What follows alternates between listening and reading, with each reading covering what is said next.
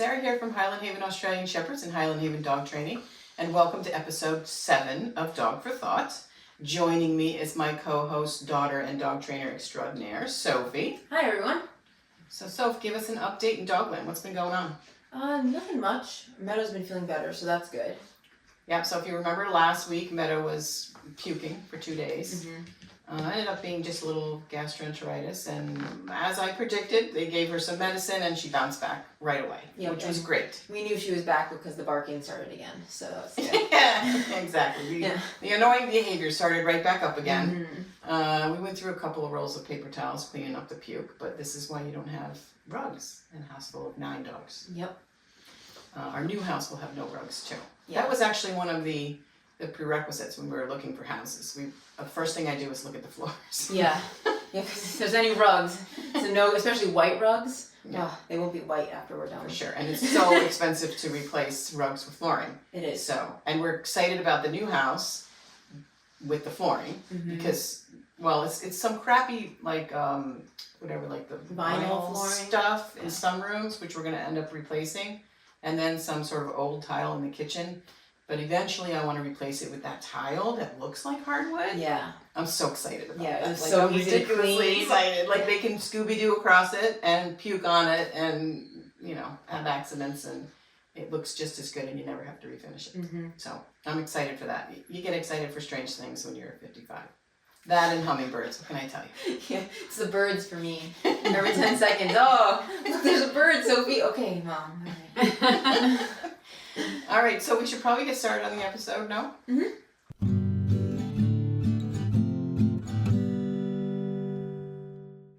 Okay, so we have a very special guest today. This is Jennifer from Canine Cardio, which is a dog walking service in New York City. You're located on the Upper East Side? Correct. Upper East Side and Sutton Place. Excellent. So you can give us a little background on how long you've been doing this and what got you into it? Sure. So I'm Jennifer Geishalls. It's Canine Cardio. We started, we're going to go up on 20 years next fall. Wow. So you look hardly old enough to be doing this for 20 years. Thank you. So we service about 750 walks a week. Wow. Wow. So that's about 35,000 a year. Wow. And over the 20 years that we've been in business, I think we've serviced about 500,000 walks. Oh my God. And we have 90 clients that are all regular clients. So we walk their dogs Monday through Friday, sometimes Monday through Sunday, but the requirement is Monday through Friday. So all of these 90 families, we've really seen their dog pretty much every day, a lot of times for the dog's life. Sure. And then sometimes after a dog will pass away, we'll help with that second dog. So we have a unique perspective as the dog walker because we're not the vet that sees them maybe once a month. We're not the trainer that sees them maybe not every day. So we do see these dogs pretty much every day. It's a very close relationship. But we walk up to 3 dogs per walker. We think it's really important that socialization is important. We don't like doing solo walks. Because we think it's great for training. Sure. But the dogs need a friend and dogs that they know to be consistently walk with every day. So I think some of the old timers that are listening probably imagine New York City dog walking as walking with 15 dogs, right? The iconic dog walker in New York City that has 1 million dogs on the leash, and you're like, how do they even keep the leashes from, not wrapping up? But you don't do it that way. No, I think it's really important to have the smallest group possible, which in my opinion is 3. Sometimes walking a dog solo is you come in contact with 100 dogs on the street sometimes when you're walking a dog solo, which is a unique experience to Manhattan. So dogs that live in Manhattan have to have social graces. They need to be able to walk past another dog without baring teeth, getting on their hind legs, charging. And usually when we walk a dog with another dog or 2, they really calm down and walk consistently. So puppies that will stop all the time when they're just walked alone will walk more consistently if there's a dog they know and like. True. And then sometimes 2 dogs will try to play with each other. So that 3rd dog is the magic number in my opinion, and it really kind of makes it a small group. But any larger than that, then I think it's a safety issue. So anything larger than 3, you can't tell whose stool is which, and you don't know which dog is sick, or you can't tell you can't give every dog personal attention, which you can with 3. Mhm. So. And you go to their house, you go up to their house, their apartment, you go up to the apartment, collect the dog. Are the owners always home or not always? Sometimes and sometimes not.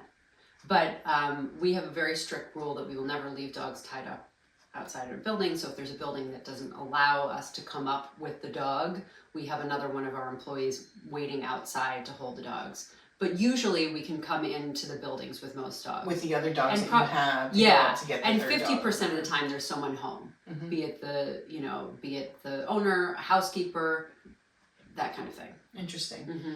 And well, you had some questions. You want to ask some questions about? Yeah, so I've kind of like dabbled, I'm gonna say very fine toed, did a little bit of dog walking here and there. And so how do you navigate cameras and like all the new developing technology? Like, is that a problem with like the Apple trackers The and stuff AirTag. like the air tags and then the cameras? Does that like, I don't know, leak into like dog walking, anything like that? You mean what we use specifically? Yeah, well, like, I always, in the beginning when I started dog walking, it was always like, oh, I saw you on the camera, you were 15 minutes late to walk my dog. And then the client would give you a hard time about it. Or, oh, they didn't have their air tag on. I didn't know how many miles you did. You said you were going to do 5 miles. You only did 2 miles or whatever. Yeah. Does that, like, impact your business? It helps because we have a very, full disclosure, we have a very open relationship with our clients. Yeah. So that's something that is the most important thing to me. Mm-hmm. So we encourage air tags. I require them if a dog goes off leash. Mm-hmm. I like tags because they're $30 and they track well. And I've used the other, multiple other kind of trackers that are like $450 and they do not track as well as the air tags in New York City. I love the air tags. So I always encourage clients to get their own and I buy them myself and put them on every single dog that goes off leash. So I think that's really important. And then also, you can ask about this with technology, but with ID, dogs all have to have ID and we have our own as well. Otherwise we can't take them out. But so there are cameras in every building. And so that helps us out because we are very particular about time and punctuality. And we give every walker a schedule that will give their pickup time for every dog. And if a walker is late, they're supposed to text us and let us know we're 5 minutes late. So we communicate that stuff with the client. But it'll help us out because if a client ever says, oh, I didn't see you come in, or I came later and it looked like you came earlier, we have documentation from the doorman because they timestamp when we come in and out, and also the cameras. So that's super interesting because I would think technology would not benefit you, but that's awesome that like you can actually use it to your benefit. Yeah. And be like, yeah, see, I was on time or I was, because I always felt like that was such a lack of communication, especially when you're just doing like random dog walking and stuff. So that's awesome. I really like that. I love that about the city is that everything is on camera, recorded, and Right. So if you're doing the right thing, it's a benefit. Yeah, exactly. Trying to do something exactly. shady, and you're like, I wish there weren't so many cameras on me. That's For true. Sure. That's true. So you say you have 90 regular clients? 90 regular dogs. Yeah, well, 90 regular clients, and a lot of them have a couple dogs in the household, so maybe about 100 dogs that we see regularly every day. So what kind of employee situation do you have? How many people do you need to service all those people? So we have 1 walker per 3 dogs, and we have 30 employees, not independent contractors. Everyone is an employee. And 30 employees. We have 2 managers that manage during the week and 3 managers on the weekends. Why more managers on the weekends? Why more men? Well, someone does Saturday and someone does Sunday, and then there's a backup swing so that people don't have to do every single Saturday or every single Sunday. And how long are the walks generally for the dogs? Does it vary? It varies. Usually they're about an hour. Okay. But I think it's really important that all the dogs go to Central Park in the morning. So pretty much all of our dogs will go to Central Park in the morning, and depending on where you're located, if you're on 2nd Avenue in the 60s, that needs to be a 2-hour walk to get to the park and get back. If you're right on Park Avenue, you could probably do it in an hour and a half. And you want to go to the park because you do off-leash, or because there's dog parks, or just because it's green space? Basically all of that. Okay. A small amount of our dogs go off leash. About 6 of like the 30 dogs that we have in the morning go off leash. And You go like to Dog Hill, or there's a place yeah, there's a designated whole in the off leash park. process, which Like we can talk most of about our in a second. clients, most of our clients are not from New York City, Yeah, so okay, right, they're right, like, right, what right. is she even talking about? Right, there's a whole process to off leash, which I'm very anal about. But we like them to go to Central Park because there's Central Park before 9 a.m. allows dogs to be off leash, so that just attracts a ton of dogs. So you get the most socialization in the morning. So most of our dogs don't go off leash, but they're able to socialize and meet lots of different dogs. And we have our walkers meet up sometimes in the park because it's a controlled environment. We know which dogs are meeting up with which dogs and that they get along. So we'll kind of have spots where they'll congregate a little bit and then they'll go on their way. Some of the dogs go off leash, but it's just the best place for socialization. And socialization, you mean most of them are staying on leash, you're standing there talking, or are they actually going off and, let's walk together, that kind of thing? Walking together. I like everyone to be moving at all times. Gotcha. So I guess when we talked on the phone originally, and I met Jennifer through a mutual client who came to us for training, and then she was from the city and wanted him to walk with Jennifer in her company, and asked me to speak to you just to sort of give you the lowdown of the dog and what you can expect. And we started talking about New York City dog walking and what I imagine, again, the iconic image of 15 dogs with one person. And we also talked about the reactivity in New York City, because we talk about reactivity a lot, leash reactivity in particular, because that's a lot of our clients come in with these issues. Right. We have found, not so much Sophie because she's young, but I've been doing this for a long, long time. And, the average dog in this region, again, we always talk about being regional to the state, to the country, to the world, because we have people listening from all over. That as time has progressed, we have seen more reactivity and more bad behavior in dogs than we ever did when I was young. And, there's this whole theory about how people, because there's so many outlets to care for your dog daycare, dog walkers, dog sitters, it has allowed people to keep dogs in the past that they would have said, I can't deal with this, and rehome them or whatever. So my image of the New York City dogs is that they're not leash reactive for the most part. Like, they're better than the suburban dogs because they have to be in that environment. Do you find over the last 20 years that has changed, the reactivity level, or has it always stayed the same, do you think?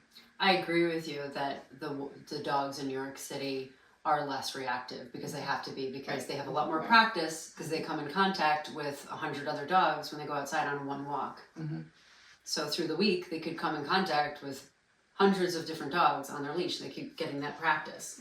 In the suburbs, sometimes if people have invisible fence or whatever, they see one dog or a couple dogs a day walking by really far out, which is very stressful because they have to protect their whole area. Where, when these dogs are out of sight, out of mind, not protecting their building just on the street, they come into contact with a lot of dogs on the street versus just right in front of their house. Right. And those dogs our New York City dogs are more protective in their buildings, in their lobbies. Are they? That's when most of the reactivity Really? happens. Yeah, in their lobbies. So we actually try to get in front of it, and there's a new puppy, we like them to walk with another dog in that building.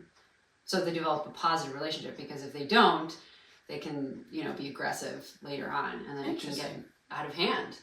It's super interesting because every client that we've had from the city, for the most part, it's like passing dogs in the building that the reactivity comes from, or they're not from the city and they adopted this dog and he's becoming reactive on the street and stuff like that, and then we have to kind of go to White Plains and kind of simulate walking through the city and the sounds and the noises and all that stuff. So I like how you catch it early, because that's so important. And that's what we really worked on with the client that we contacted you with, which super important. He's young, let's get him out there, get him out in the world, and understand that other dogs are fine, and we're not going to play with everybody, we're going to walk. Right. So. Right, and New York City dogs, I imagine, don't stop as often and socialize when they see other dogs on a leash, because you're seeing so many dogs. Whereas if you're in the park in the suburbs, you're going to be stopping and talking to other dogs, which we have a whole problem. Yeah. People always want to stop and talk to us. Oh, he's friendly. And, we're we're in training. Please no. That's a good point. And that's another reason why I really like walking multiple dogs at once, because then they're a lot less likely to lunge at new dogs. When dogs are in a group, they're calmer, they'll walk past other dogs a lot easier than if they're solo. If they're solo, they want to stop and look at everyone, and it can cause anxiety. So those small groups are really important for that. But in terms of your question about if reactivity has changed over the 20 years that I've been in business, I don't think so. But after the pandemic, it went way up. Okay, Yeah, so that was my her second goal. question. Yes. I was going to ask. After the pandemic, we are just starting to feel relief from it. But for 2 years after the pandemic, dogs were just much more reactive. And they were reactive. I know why they were reactive. They're reactive because they're not socializing as much, because they're seeing their own owner and only their family every day, and they get so much more attached, and you know, separation anxiety goes way up, and people are home all the time, and they go out for like, you know, an hour, and the dog gets really anxious. And then if they're only with their people, you know, for a year at a time, once you start to introduce a walker, it's really stressful for that dog. So the dogs were really anxious, really reactive, also much more reactive when clients would have someone coming in to fix their sink, or, you know, any kind of, so. That's interesting. Yeah. I didn't even think about that. I mean, obviously we are very, very well versed with the COVID dog, the COVID puppy, for sure. And the dogs were much more reactive in the park. We had to really go back and put dogs that used to be good on leash, good off leash, back on leash. Interesting. So. Man, we really screwed these poor dogs up. And I think more people were coming to Central Park from farther away. They would drive in and have dogs in Central Park. So there were a lot of fights that broke out, you know, knock on wood, not with our dogs, but there were a lot of fights, and they get really loud in the park when dogs are fighting. Usually the fights are really loud, and that means that they're not serious. When they get serious, then the fights are quiet, and there's latching on, and then there's, you know, that can be very dangerous. For sure. Oh, these poor dogs. Yeah. Well, you know, we felt that certainly here in the suburbs, that particularly All Trails, which has been terrible for the trails in the suburbs, right? So All Trails has marked every walking trail in all of these counties north of the city. And then, of course, during the pandemic, people were coming up here and going on All Trails, and these previously sort of well-kept secret, you know, really local trails where you could take your dogs off leash. You'd never run into anybody. Suddenly we're running into all these city people with, you know, their dogs, or even not with their dogs, and we were just overrun. Yeah. Yep. It was tough. It was tough. It was tough. And even like just people bringing their dogs from the city into like our local parks and stuff. So like even not All Trail stuff, and then having their dogs off leash, and we would be walking our dogs where you have to have your dog on leash in this type of the park, and there'd just be dogs running up on us. Yeah. And you know, it was very, very chaotic during COVID. Yeah. So I definitely feel like we've just started calming down from like having people come and. Yeah, we don't, like every dog we hear from now for training, we don't hear, well, he was a COVID puppy. You know, for a while there, it was like every other dog that called was like, well, it was because of COVID. And I'm like, was it though? Did it have to be that way? Could we have done some things differently? But you know, we live and learn. Hopefully we will never have to go through that. At least everyone is alive now. Hopefully we'll never have to go through that trauma of a worldwide pandemic again, because that was tough for all of us. Did how did you fare during the pandemic? I assume you couldn't work, no? Did they allow you to continue to work with dogs? Our business took a major hit with sales during the pandemic. Very, very much. A lot of our clients had alternatives. They had second homes, or they had families with large enough homes outside the city, and they relocated. So we went down to 10 clients from 90 within like 48 hours. Oh my god. When the pandemic, it was the most bizarre thing I had ever seen. I got call after call after call. The phone wouldn't stop ringing as soon as the pandemic. Remember the pandemic? Everything shut down in like 2 days. I think it was like March 9th or something. Yep, right before Daddy's birthday. Yep. Right near my son's birthday. Yeah. Right around then, and within 48 hours, oh, I'm leaving, I'm so sorry, oh, I'm leaving, employees, and then clients, and then literally everyone was gone within 2 days. You must have been panicked.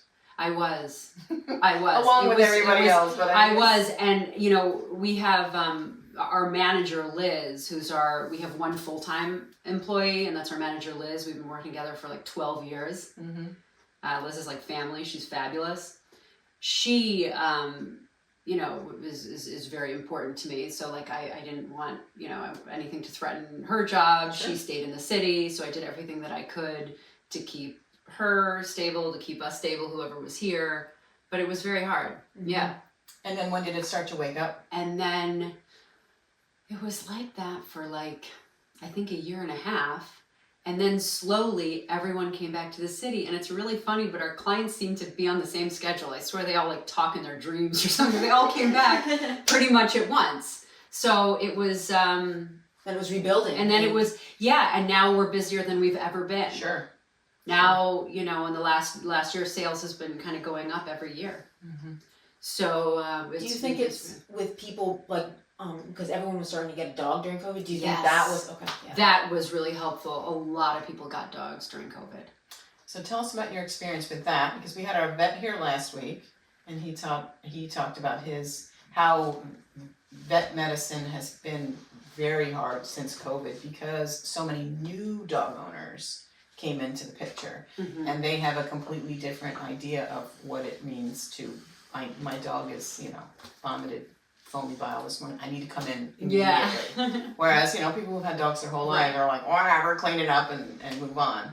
Did you find that your new dog clients that have never had dogs before, were there a lot of them that came to you at that point? There were. I didn't feel like it was very different handling them than clients. It's been They the didn't whole have time. different expectations? I don't think so, because I think new clients, when they're new dog owners, always kind of have a little bit of that. Mhm. So, yeah, I don't think the pandemic affected Like that their as much. expectations? I think maybe, yeah, it didn't. Because we're very clear about what we need when we see a dog. So when we see a dog, you know, based on the age and the breed, I'll give them a recommendation about how many hours of exercise they need to be outside every day. We stick to that. And Do you walk some dogs multiple times a day? yeah. So we have what we call full service clients, and those are the clients where we handle all of their walks, and those walks are pretty much breakfast, lunch, and dinner. Interesting. And so it's important that we, you know, we're overseeing that. So like for instance, That wouldn't be the same, it would be multiple dog walkers the same day, or? it's usually at least That's a two long day, because yeah. that's 7 hours, or hours are from 7 to 7. So usually it could be 2 different walkers or even 3 different walkers, but it's a consistent walker every day. And then the manager will oversee everything. So like you said with like the vet, like if there's ever an irregular, any kind of spill, meaning like vomit or diarrhea or anything that's irregular, we'll take pictures of that and document it, because if we have to talk to the vet, we have to let them know, oh, in the morning it was solid, in the afternoon it was like this. Sure. So that's how we kind of control all of that. Interesting. So what are your criteria when you have somebody call, a new person come? I mean, there must be clients that you're like, we're not a good fit for you. Sometimes, rarely, but sometimes, a couple times there have. But when we have a new client, I spend about 75 minutes with them before we walk their dog. So we talk on the phone for half hour, and we meet in person with their dog for 45 minutes. Oh, okay. And we take the dog out together, and I usually like to watch the owner walk their own dog before I take the dog, so I can see what their habits are, how the dog is used to being walked, the equipment, any kind of behavior that the dog is exhibiting that maybe we want to correct. Mm-hmm. And then I'll take the dog and walk it. And also in that session, I'll go through all the commands, I'll practice them myself, I'll see how the dog responds. So in a way, you're like doing a lot of the training.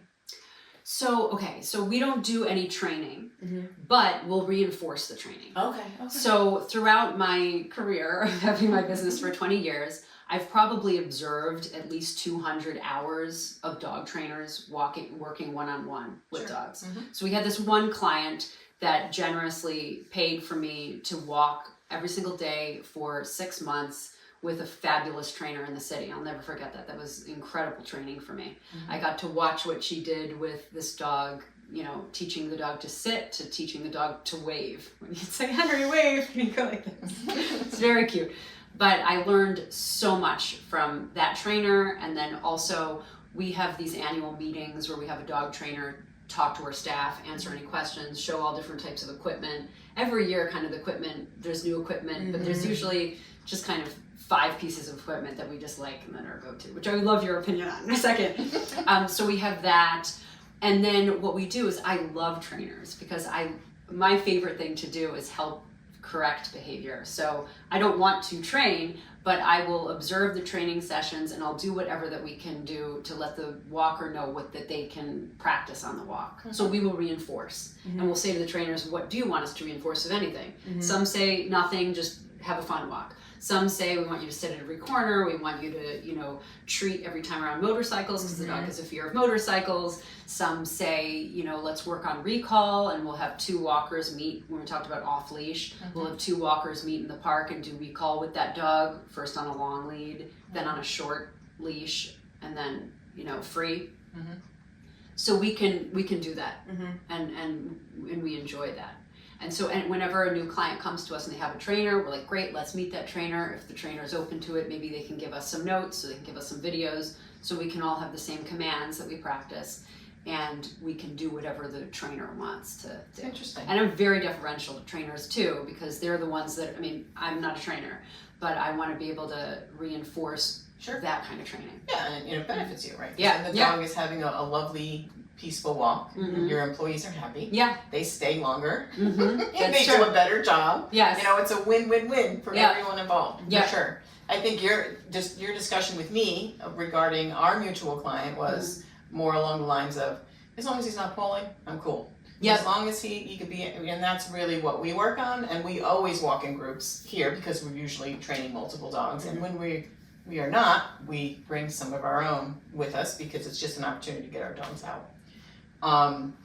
But yeah, we don't want them to pull. We don't really care where they walk as long as they're not tripping me. We want the walk to be peaceful and happy, and we want them to enjoy it. That being said, we don't want them stopping at every light post and every fire hydrant. Right. We need to keep moving.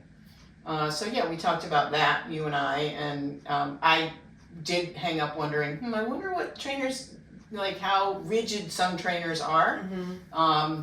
Because we have a very strong opinion about, of course, every trainer has a strong opinion about what they do. Sure. Yeah. We don't like real regimented, structured walks because, this is their time too. And we want more of a partnership, more of a cooperative. We want them to check in and be engaged with us, but also be engaged with the environment and the other dogs that are out there with them. So that's basically what we talked about with Griffin. And we talked about, you did ask me what he wears as far as a collar. We use a lot of prong collars on our training dogs. We like prong collars because they are no impact on the neck unless the dog is being corrected, which 99% of the time, you gotta remember, the collar is inactive. Doesn't matter what collar they're on. If the dog is well trained, you're not gonna be using that correction. And, we like the non-slip aspect of it. We use martingales in place of prong collars because, again, you want the limited slip, particularly in a city-like situation. Dog gets spooked by a motorcycle and suddenly they're out of the collar and you're on a city street. That's super scary. Certainly for us as well because, again, these are not our dogs. So we double hook many times on 2 different collars, especially when we're first starting a dog because if they were to get spooked and get off leash, they're not going to see us as a safe space because they don't know us yet. Once we get into week 2, we feel very comfortable with most of the dogs that we're with that if something were to happen and they were to become off leash, that they would come back to us because they now know us and feel comfortable with us. And of course, when you're a regular dog walker, you're going to have that kind of relationship with your dog, with the dogs that you're walking and the people. So how often do you deal with dogs who are bitey, aggressive, especially when, like you say, you're coming into their space, and especially in the beginning when you're first developing a relationship with them? How often does that happen? So we don't tolerate it. This is how we address that. If a dog, when we talk to a client for the first time, we always ask, has the dog ever bitten anyone? If they say yes, I want to know exactly what the circumstance was. If that dog was woken up during sleep and he, lunged and bit a child, that's a terrible circumstance, but it's not the dog's fault if someone's waking up. Okay, so I like to know exactly what happened. I'm very thorough about that. What was the circumstance? What happened before it? What happened after it? Did they break skin? How far? All of those questions. So we take it really seriously. And then if a dog is going to be aggressive when we arrive, we ask, in some cases, if a dog bites, we will ask that they have a basket muzzle, and we won't take that dog unless the dog has a basket muzzle. So they would have to have it on before you arrive. Correct. And we do have that sometimes, the dog has a basket muzzle. Or sometimes, if they're not biting, but we're a little concerned that they might, we will ask the client to dress the dog, so the dog already has all their equipment on. And you just take the leash. Yes. Gotcha. But I will not send a walker up there Right. to dress a dog that has, a habit of doing that. And I would imagine it's probably worse when the owners are home. Yeah, sometimes. Yeah, I mean, I know my dogs are Yeah, much worse right. with new people when I'm around. When I am not in the picture, they're like, they love everyone. Yeah. You know, so that's kind of dog behavior as well, Yeah. particularly for Aussies. Mm-hmm. So just to get back to the different equipment that you Mhm. will put on, what do you normally see? I'm sure you see a gazillion harnesses, mostly harnesses, I would imagine. What type of equipment do you encounter, and what do you prefer your clients, if you had the perfect world, to wear? So it's very breed specific, sometimes age specific too. Mm-hmm. An older dog sometimes is fine to be just walked on a neck collar. Sure. But usually for a new dog that's an anxious dog and what we call a flight risk, a puppy or a really anxious dog that if they get out of their equipment, they're going to book it, we require 2 points of contact. So we will have 2 leashes. And we'll always have a leash on the neck, and then we'll have a leash somewhere else. Mhm. If God forbid, equipment fails. I get it. Yep, and that can happen too because on the leash, the end of the leash, the clasp, sure. clasp. If someone has a beach house and there's a piece of sand in that groove, that clasp is like always a little bit open. So things like that, Yeah. we're very anal about. They have to be working clasp. The equipment has to work. But one of my favorite pieces of equipment is the martingale. And I like martingales which have a buckle on them, so you don't have to resize them every time. Mm-hmm. And I always say to our walkers, no matter who puts that equipment on, if it's the owner, if it's the housekeeper, anyone, we always have to check that the size and make sure that the size fits. Mm-hmm. So martingales, I don't usually like choke, but I do like prongs for certain bigger breeds. Sure. I would definitely do it on an Aussie. I Right. think it would be great. Particularly with the really big guys, for us it's a safety. We deal with a lot of big dogs, and it's a Yeah. safety issue Yeah, for totally. clients. Yes. And for me, when I'm dealing with particularly people my age and older, I'm like, all you need to do is be pulled down once, break your wrist. Yep. It really does impact the people, and people are like, oh, prong collars, rah, rah, rah. I'm like, listen, You're right. it's about both the human and the dog's Mhm. safety. It's not just about the dog. 100%. And some people will say, oh, I don't like, we use a lot of time the Gentle Leader. Another brand of that is a Halti. Mhm. And those are equipment, I know that you know this, but for the viewers that go around the nose. Now, people will say, oh, that's a muzzle. The only reason they say that is because it goes around their nose. Right. What they don't realize is the dog's mouth can be fully open where they can carry a ball, they can take treats, and it's very gentle, hence the name, where like you're leading It's just the dog to by control their the neck. dog's head. Yes. Mhm. So with a large breed, sometimes you need it. Right. Well, I've gone over top of dogs before. And then if you're in the city, and a walker gets hurt, and then the dog runs into traffic. Right. So those things are very Yeah, scary, serious. For sure. So yeah, for larger dogs, usually we'll do a head collar, never harness usually for larger breeds.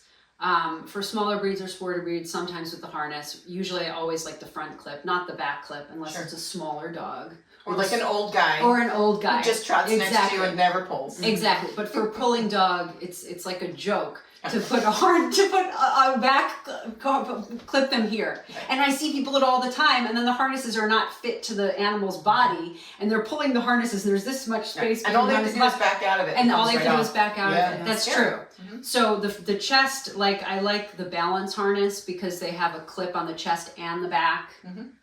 And I also like something called, have you heard of Sensation? Mm-mm. SEN-Asian. I don't It's like a- it already. It's the name. Actually, it's a Go it's a funny name, but it's a great harness Mhm. because it's like the Easy Walk harness, but it sits a little higher on the chest. So Mhm. sometimes the Easy Walk harnesses, I like them, but if you have a dog with a body like a Brittany Spaniel, sometimes it can fall down here and it disrupts their gait. Right. The Sensation sits a little bit higher, it's easier to put on. So I like the Interesting. Sensation front clip. I like the balance harness for harnesses and butterfly harnesses for tiny dogs. Mm-hmm. Nice. So, speaking of breeds, Yeah. what are your percentages? Do you do mostly small dogs? I mean, not that that's what you're pursuing, but most of your clients are small to medium dogs. Do you have a lot of big dogs? We don't really know about New York City dogs. You're right. On the Upper East Side, I think they tend to be bigger. Yeah, really interesting. Bigger, like what breeds? Give us some breeds. So mostly everything that we walk these days is mixed with a poodle. Doodle. Yeah, so it's a lot of doodles. There were a lot of golden doodles and labradoodles about like 10 years ago. That was the craze. Lately, it has been Bernedoodle. Mm-hmm. And Bernedoodles are tricky. They're beautiful, but they're smart and they're stubborn. Yep. So the poodle makes them very smart, and the Bernese, they can be stubborn. And so what they do is they know what they're doing and they'll act out. So you have to make sure that you are assertive with them. Also some aggression through those lines. And there's also some aggression with them, that's true. So you have to be assertive with them. They're I wonderful wonder, dogs. I mean, it's hard to imagine an aggressive Bernese Mountain Dog. Yeah. Of course, they are out there, so you wonder where that aggression is. It coming from the poodle side? But yeah, we see a lot of Bernedoodles. Yep. Yeah. You know, You all never know different the sizes. size either. That's so true. like I have a Bernedoodle. Okay, what's the weight? Because Right. that matters. Could be a obviously. micro.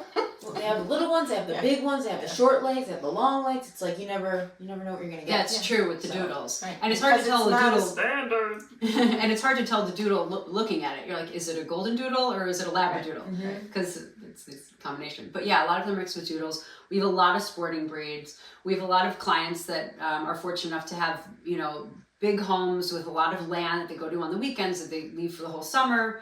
And so you get a lot of sporty dogs. You get dogs that hunt and that have hunting backgrounds, that use e-collars. You get dogs that, but What's your usually most medium. unusual breeds? Do you have any of my Russian wolfhounds?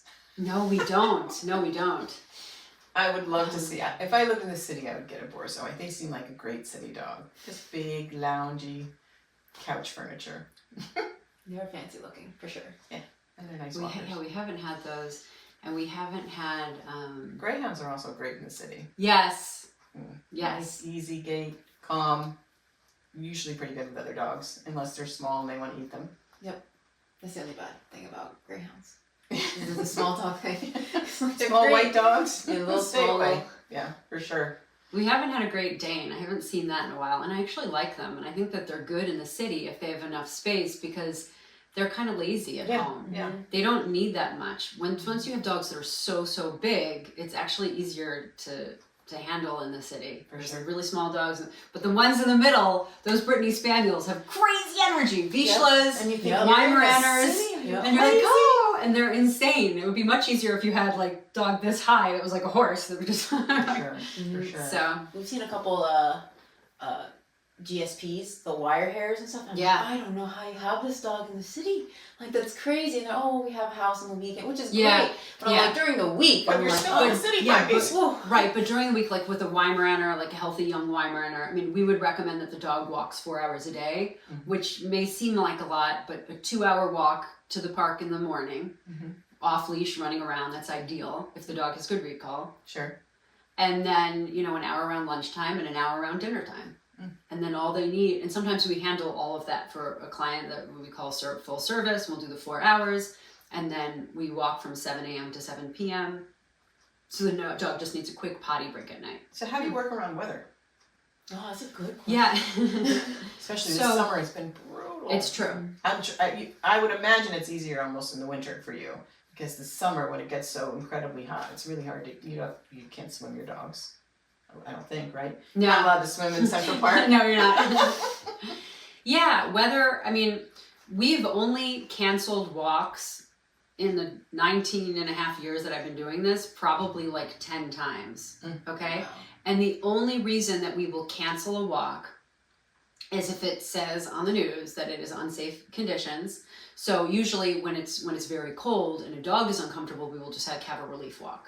But we take our job really seriously.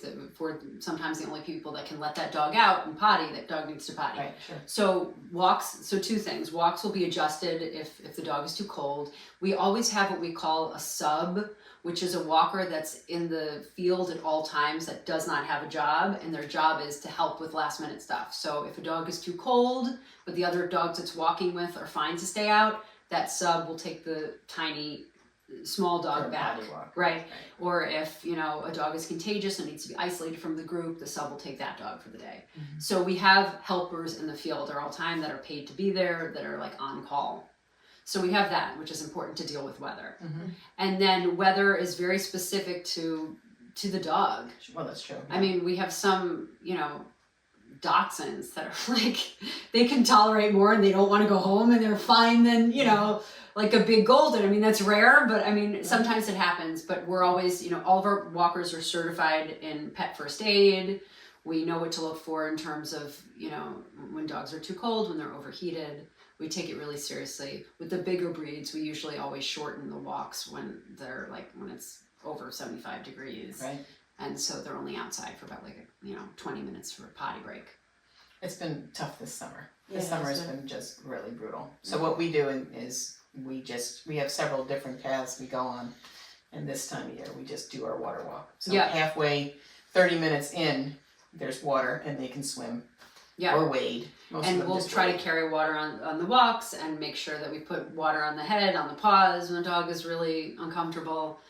Yeah, our dogs are usually well cared for. It's usually us that get back to the car. Questioning all life choices. We need Starbucks today. You're good. Do you have other questions? Another tool I was wondering is flexi leashes. How do you feel about flexi leashes? So we won't use them.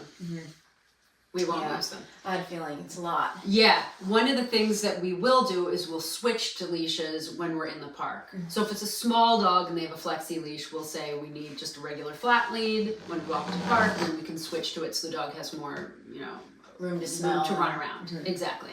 So do you use that a lot for dogs that aren't good off leash but need more space to run? We'll use a long lead. The flexi, Okay. because they're thin and it has the button, we'll use for like little dogs, but once it becomes like 20 pounds and up, we'll use a flat long lead. I love the 15 feet flat long leads because once you get to 20, it's too hard and the dog's going to get around you. Sure. But the 15 foot, for some reason, I really like if a dog needs to run around a little bit.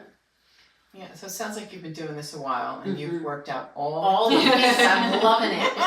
Oh, and then off leash, we talk about that if you like. If someone is interested in off leash, we require that the walker gets to know the dog for like a good month every day on leash. If the dog is really good off leash, maybe it can be a couple of weeks, but the person has to bond with that dog.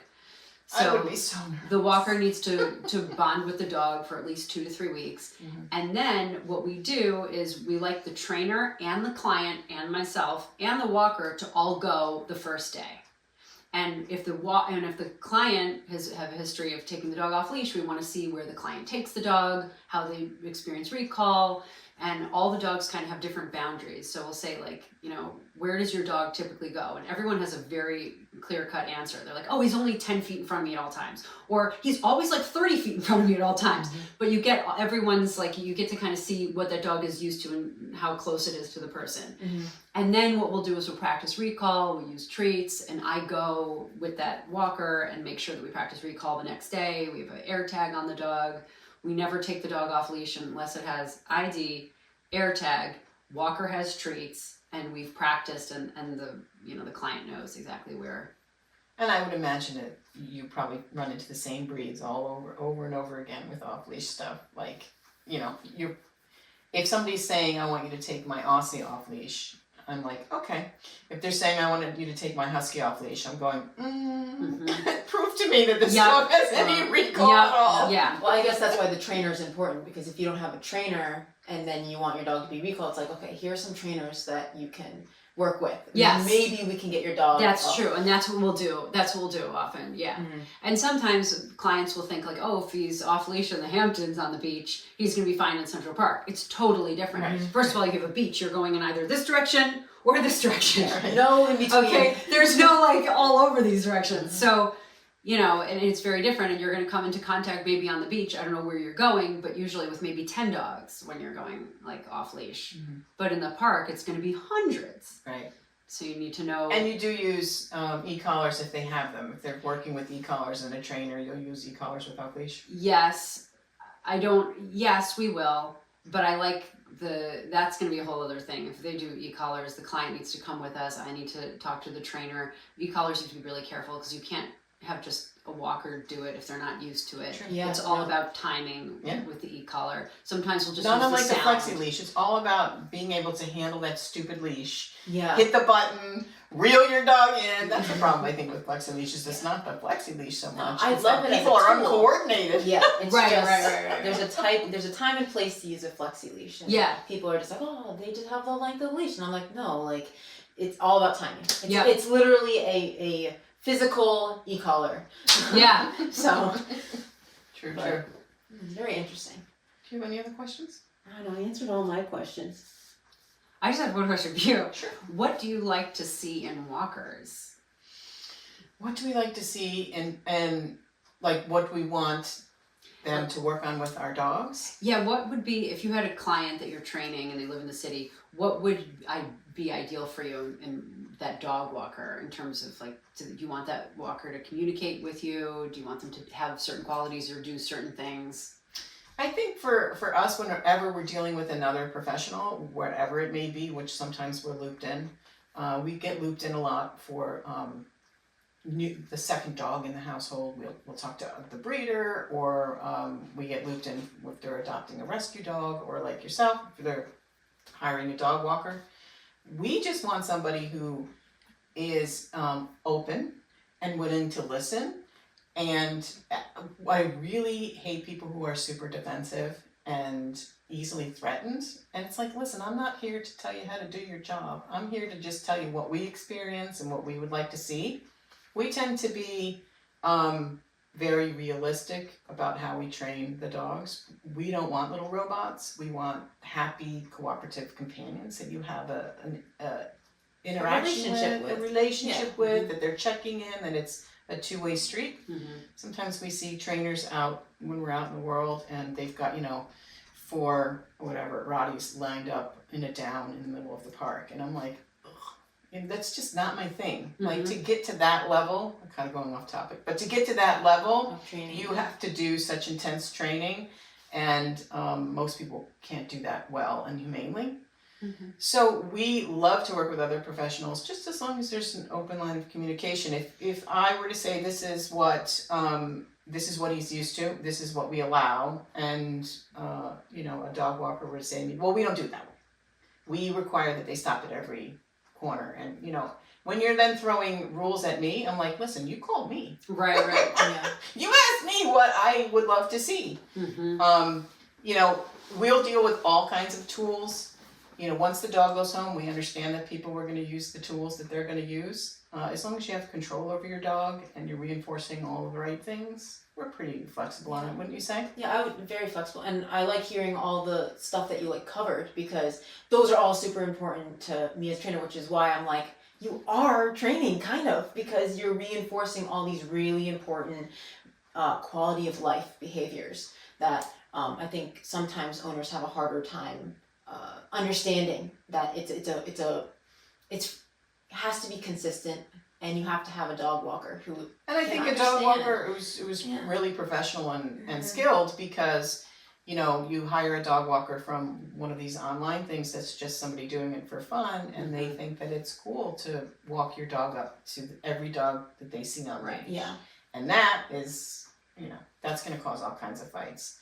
We do really encourage our clients, as far as being out in the world, to not meet other dogs when they're both leashed, unless you know them, of course. And if you're walking with somebody, to sort of come in parallel and walk together.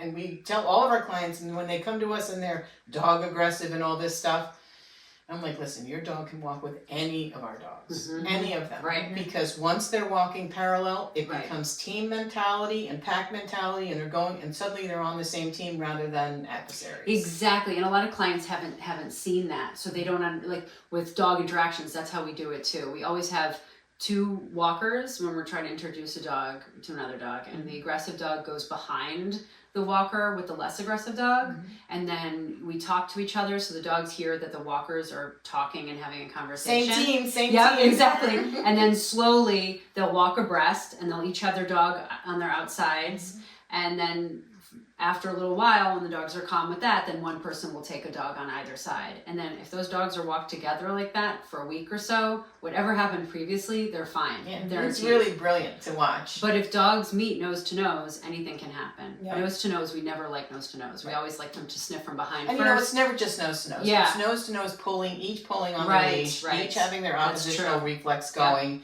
They're now all wound up. So, you know, we don't like dogs to meet when they're on leash. Yeah. We tell our clients all the time, there is no upside to the guy coming up with his golden doodle saying they're friendly, don't worry. There's no upside to that for you. None. Okay? Even if both dogs are super friendly, that interaction could just lead downhill, and now they have a terrible interaction with the dog, Yes. and then it impacts their whole leash walking experience. Right, for like So- weeks to come, and then you have to like undo it. That's true. Exactly. So a lot of your dogs will meet off leash, you're saying? No, I'm saying when we're out in the world, we don't want to meet other dogs.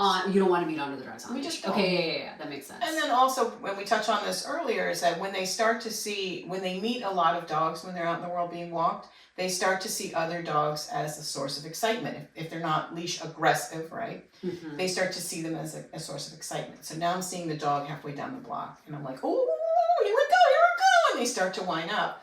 Whereas if you're in the city and you're walking by a million dogs and you're not stopping Yeah. and saying hello, it's just, oh, there's another dog, but that's not now a source of excitement. Right. So we don't like people to stop, you know, when they're walking their dogs. And we really don't like people to stop and talk to people too much, because that can also cause, of course, we're talking about dogs who are coming to us for training, so Yeah. have some baggage. But again, they can start seeing people as a source of excitement as well, I see. right? So Mhm. again, it's different in the city because you're walking by thousands of people. Yes. Up here, if you're at the park, you might walk by 10 people. Right, and a lot of clients that are new clients will think that the walker needs to come to the house and go, "Hi, oh my God!" Right. And what they're doing is they think that that person likes the dog more than someone that will come, wait for the dog. When I come to meet a new dog, I think it's very important that the dog invites me in. So if a dog is running out into the hallway and barking at me, I will show them my side, I'll toss treats on the ground, I'll let them calm down, and when the dog turns around and starts heading back in, then I will start hacking. I will never walk into a client's house when that dog is barking or right here at the door staring at me. Right. And I'll tell the client too, you know, I want the dog to feel comfortable with me coming in and then the dog to let me in. Right. And you know, you can tell people that, but they have such a visceral reaction to that sometimes. Yes. When the dogs get dropped off here for training, we've never met them, Mhm. by and large. Right. And we basically ignore them Yes. and just talk to the owner. And sometimes the dogs are woo, woo, woo, woo, you know, at the end of their Right. leash or whatever. And we basically ignore them Yep. the whole time they're Yep. here with the client. That's true. And then after the client leaves, we're sitting on a chair and just letting them adjust. I always feel like I have to talk to the clients, like, you know, I'm, you know, doing this on purpose. Yep. You know? Sometimes I'll say to a client, you know, it's lovely to meet you. I'm so sorry I can't shake your hand right now if a dog is a little aggressive tendencies. Because we've had dogs before when I first started walking, you'll go to touch the client and that dog Right. will be really threatened. Sure. So those things are important. And the last thing I'm going to say, for some reason I found this, and I'm sure you have something to say about this too, is when a dog will lick my face, when I can get that dog to lick my face during, and I can't do that with every dog, but then I can come back to that house by myself and get that dog every time. So it's usually my goal. When I go to meet with a client, we talk first, then we go through commands, the dog, and then I like to play at the end where the dog's a ball or I'll toss it. But if I can get that dog comfortable enough to get close and lick my face and get their scent on me, then when I come back, I'm like golden with the dogs. Interesting. Like, yeah, Okay. it's always my goal. The ultimate appeasement gesture. Yeah. I'm gonna give you a little kiss. Yeah. I'm not a threat, lady. Come on. Exactly. In. So Well, it sounds like you have a ton of experience, and you sell yourself a little short with your dog knowledge. thank you. I agree with Sophie. Yeah. You're probably pretty much what do you call those people who get a degree from a college but don't actually go there? An honorary. Yeah. You're an honorary dog trainer. That's funny. And probably you have more dog experience and knowledge than a lot of people who call themselves trainers who really are not, since there's really not a lot of regulation in this field. So And it's all about being open-minded. Just be open-minded. Yes. I don't mind what tool you use or how you use it, as long as it works. Just be open-minded. It's the people in all dog industries that are rigid, and this is the way, there's no other way. there's only one way to do I'm things. just like, how, like, dogs are all different, people are all different, we have to be adaptable to each dog and each personality in life, not just about animals, but yeah, and I feel like you're very good at that. Oh, thank you. I really appreciate that. Yeah, I have a bachelor's in science from Northwestern with honors. So I did not study That's a real dogs. degree, though. That's not an honorary degree. This happened totally by accident, but it has been an incredible business. And you survived COVID, so yeah, it's true. good for you. I mean, the dog industry really went through everything died off, and then it came back like 10 times worse. And now it's like, I agree, it's sort of now finally leveling off, and it's been, 4.5 years. Yeah. Hard to believe. Yeah. We're not going back. Fingers crossed. Well, I want to thank you so much for joining us today, Jennifer from Canine Cardio. It was so nice to meet you, and maybe we'll have some mutual clients again in the future. That will be I hope wonderful. so. Sophie, any more questions? I'm very, this was a great podcast. I really had a great time talking to you. So. Thank you. So interesting to learn all the different aspects of the dog business. Like I as I told you, I kind of dabbled. So I love hearing your perspective, because my perspective as dog walker was completely different, because it was very rough and kind of on the newer side of the area that I was in. So I love to hear all your new information and all the steps that you've taken to like make sure that everyone's happy. Humans happy, dogs happy, workers are happy, everyone's safe. It's great. Thank you so much. No problem. So guys, we will see you next time. Thanks for joining us. I think we have a few more guests lined up for this year, for this season, and then we're going to take a little time off, because remember, we're moving. Yep. So we're going to wind this season up. Have you thought about the season finale? No, not yet. We're getting close though. Surprised, like it felt like we just started back up again. So. I think we should have Poppy on, is what I think. Maybe Jen. All right, guys, we'll see you next time. Bye. Thank you. Dog for Thought is written and hosted by me, Sarah Brown, co-hosted by Sophie Brown, produced, edited, and original music by Jacob Brown. Don't forget to like and subscribe. Bye.